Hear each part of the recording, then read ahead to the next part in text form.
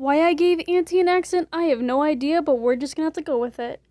Good on the Inside, an Antisepticeye X-rated fanfiction by Dragon Ghost 3, Chapter 21, The Proposal. Your Perspective. It's been quite the past few weeks ever since Daniel passed away.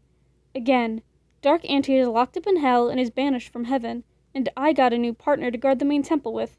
He was the most boring guard partner ever. He would never talk and he would just stand there not doing his job. It sometimes made me mad because one time some people came to see the king. I was the one who would go to the king and see if he was available. I asked my partner to watch them before they came into the temple. But someone did not do their job. They all came in like a bunch of raging bulls. Ugh, another day, another scar. I got back from my post and took off my armor. My wings were scratched and scraped from a demon who tried to get into the temple. For the whole night, I was wrapping my wings up with bandages. It's a shame that your wings are covered up. They're so beautiful. Huh? Who said that? I grabbed my spear and waved it around. I may be banished, but I can still get inside your head. The voice laughed. Dark Auntie, but the only way to get inside my head is... I began, but then I remembered the A on my shoulder. I ran to the bathroom and looked in the mirror. The letter was faded and parts of it were missing. He's not strong enough to be here. That's good. Don't you like seeing me? Not really. I chuckled and hung up my amulet. I looked at the clock. It was 4:10 in the morning. I only had like 2 hours to go back to my post. But what about your wings? You can't fly anywhere. Maybe you should take the day off. Oh, shush, I can handle it. I started to get pissed. If he doesn't shut up, I'll have to go to hell and shut him up myself. I crashed on my bed and curled up under the blankets. I had to sleep on my stomach since my wings hurt like crap. You know, if you would have accepted to be my queen, none of this would have happened. Shut up, please. I put the pillow over my head. I just want Auntie back. I shouldn't have looked at that book with the pink and black ink. I should have just ignored it. That's how all of this started. That stupid, lying, cheating Wilford. I growled under my pillow and got out of bed. Sleeping wasn't going to help, so I decided to get ready for work. I grabbed my amulet and put it on. I paused and stared at the wall. Daniel's amulet hung above some candles on my dresser. I sighed and grabbed my spear. I walked out of my cottage and strolled to the main temple. I saw a light flying overhead.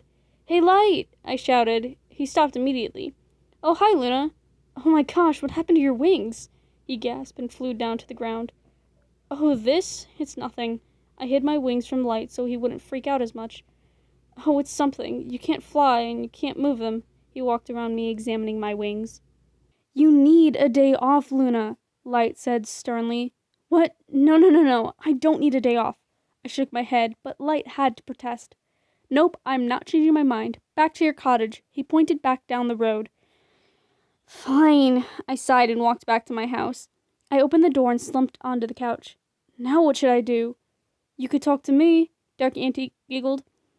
Ugh, I guess it's the only thing I can do. I didn't want to talk to him, but I had all day. What else could I do? I think it's better to talk to you in person. Huh? Before I could even begin, a swirl of black smoke appeared on my couch. The smoke cleared and showed Dark Auntie with a smug smile. Hey, I thought you were banished! I scrambled up off my couch and up against the wall.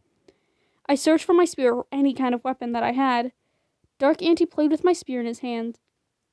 You know, this looks a lot like the spear that I had last night, except it was covered in Daniel's blood.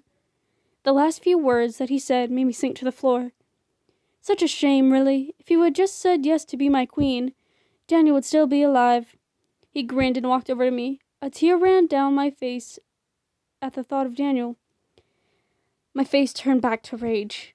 No, it was your fault for killing Daniel, I shouted, making Dark Auntie jump back. You had to be so stubborn, didn't you? I remembered that I had an axe in the closet. I reached behind me to open the door. The axe was heavy, but I had enough strength to hold it. If you want me to be your queen, then off with your head, I shouted as I swung the axe at his head. He ducked and stumbled backwards, landing on his back. The axe tip was right up against his throat. Hey, if you want to kill me, you will be killing Auntie as well. He smirked and slowly stood up. I dropped the axe. What is wrong with me? Death is everywhere. I was about to kill someone I love, but Dark Auntie, he must be lying. Auntie must be somewhere locked away. He has to be lying. Oh, I would never lie to you, dear. He cooed and wrapped an arm around my waist. For some reason, I felt weak, helpless, lonely. Everyone I knew and loved were gone, either dead or taken from me. Let me ask you one more thing, Luna. He leaned in close to my ear. Will you be my queen? I sighed. The one word was stuck in my throat, but I had to say it. Yes. It was the one thing to stop him from hurting innocent people. He grinned and kissed me on the cheek. The wedding is in 2 days. See you soon, my queen. He disappeared into the smoke and left my house. I ran to my room and landed on my pillow. I started to sob uncontrollably into the sheets. I just accepted a proposal to a devil's dark side. And why I changed accents so many times, I don't know.